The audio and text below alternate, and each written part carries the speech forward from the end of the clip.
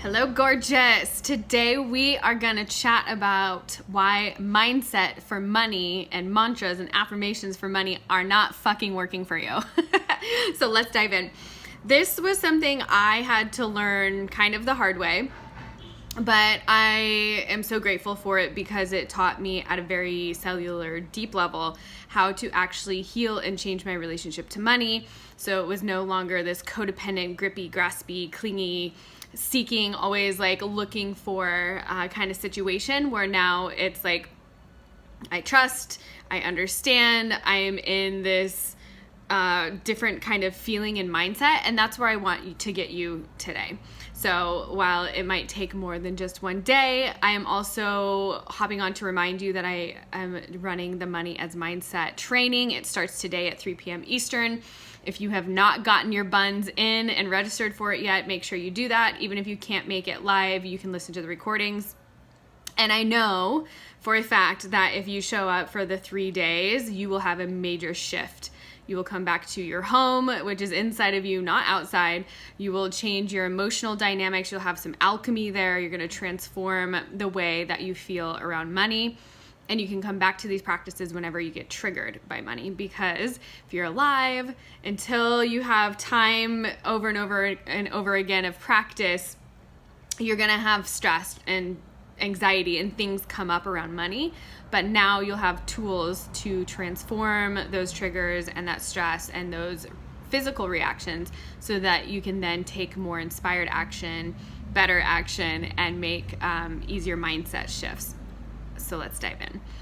The reason that money mindset doesn't work is because you can't outthink a trauma response. I'm going to say that for you again. The reason that that the money mindset is not working is because you cannot outthink a trauma response. When you are having stress responses and trauma responses, like very big panic, anxiety, your body shrinks and shrivels and contracts or feel heavy when you think about money or look at your bank account or think about investing in yourself in a coaching program or going on a vacation, but you can't afford it. And that feeling you get of then turns into not enoughness, and I'm not worthy, and there's something wrong with me, and I must be broken, I must be doing it wrong. Like all the things that come up around, I'll never get this right, it's never going to change. Those are all responses and beliefs that you've created over time due to a physical sensation that you're having when you look at your bank account, when you look at how much you make, when you think about things that you want to do but think that at this time you don't have the money to do it, instead of trying to figure out how you can create the money or how you can make it happen. So this is a fundamental shift in your foundational inside your body and inside your beliefs. So if you look at your bank account, you have crazy anxiety and you're like, I'm negative in my account right now, I don't have a savings, I'm living paycheck to paycheck, and you're like in that mode, whether or not how much you make, right? So it actually doesn't matter how much you make, because I know women that have had $30,000 launches and are making 6 figures or more, and they don't know where their money's at. They're like, I know I made this much and it came in and it went out. So don't think that just because you're at one income level that this doesn't affect women who are making 6 figures, $500,000, $1 million, right? That scarcity mindset, that belief that I'm about to lose everything, or I'm going to lose everything, or I don't have enough, or I can't afford that, happens at every level of income. And what we're working on together is changing that relationship so that when you do start making more money and having more money, you don't squander it or piss it out or whatever you want to call it, and that you can actually come into this pleasurable experience with your finances, so where you can start investing your wealth, building your wealth, being wealthy, being in this like open womb, receiving pleasurable experience with your bank account versus this codependent, anxious, or avoidant, or just completely disorganized. Sound good? All right. So if you want full on more of this, I will be diving into like actually guiding you through how to do this and taking you through this experience for free for the next 3 days. So I will drop the Money is Medicine link in the bio, but we start today. If you aren't able to make the times, you can watch the replays. I'll be sending those out. And make sure you get in on this because this is something I will be charging for later. So make sure you get in on it. All right, so why money mindset doesn't work. You've all had that feeling when you go and you look at your bank account or you think about your budget or your income and you get the anxiety. You get the holy fuck moment. You're like, how am I going to do this? Or how did I get to this place again? Or what the fuck happened to all my money? Or where did it go? Or you start beating yourself up because I shouldn't have spent that, or I shouldn't have indulged on that, blah, blah, blah, all those things. When you then try and say an affirmation, I'm a millionaire, your mind and body are both like, fuck you, fuck off, you are lying to me. And I've seen a lot of coaches in the industry be like, you have to say the money mindset until you believe it. There is an element of that, but it has to be incremental as well, right? Like, yes, you can have quantum leaps, but if you are not bringing in more than a certain amount of money a month, and you don't have a savings, you don't have any passive income, and you're telling yourself that you're a millionaire, you're gonna have adverse reactions to that, and it's gonna make you not want to say the mantras. So really, at the end of the day, it's a feeling state. Wealth, prosperity, abundance, joy, freedom, these are all feeling states. And our feelings bypass our logical mind. So while people may say, oh, I'm a rational buyer, I have to look at my options, I have to like make the most, whatever decision, it's still based on a feeling state, because even when you do the rational, it's the perceived outcome or perceived feeling state of the decision you make that is actually guiding the thought process. And let me explain this deeper. Your limbic brain, which is the oldest part of your brain, it's called your, lizard brain in the coaching industry. And this is the part of your brain that is unconscious. It is ruled by your body, sensations, feedback, and emotions. So before you can rationally think to make a decision, if a car or a bear or perceived someone yelling at you comes at you, your body is already like fight or flight, freeze, like it's already doing the thing. And then your rational mind catches up with it. And this is on purpose. This is so your body can move into safety, right? It's your physical body being saved by the limbic system.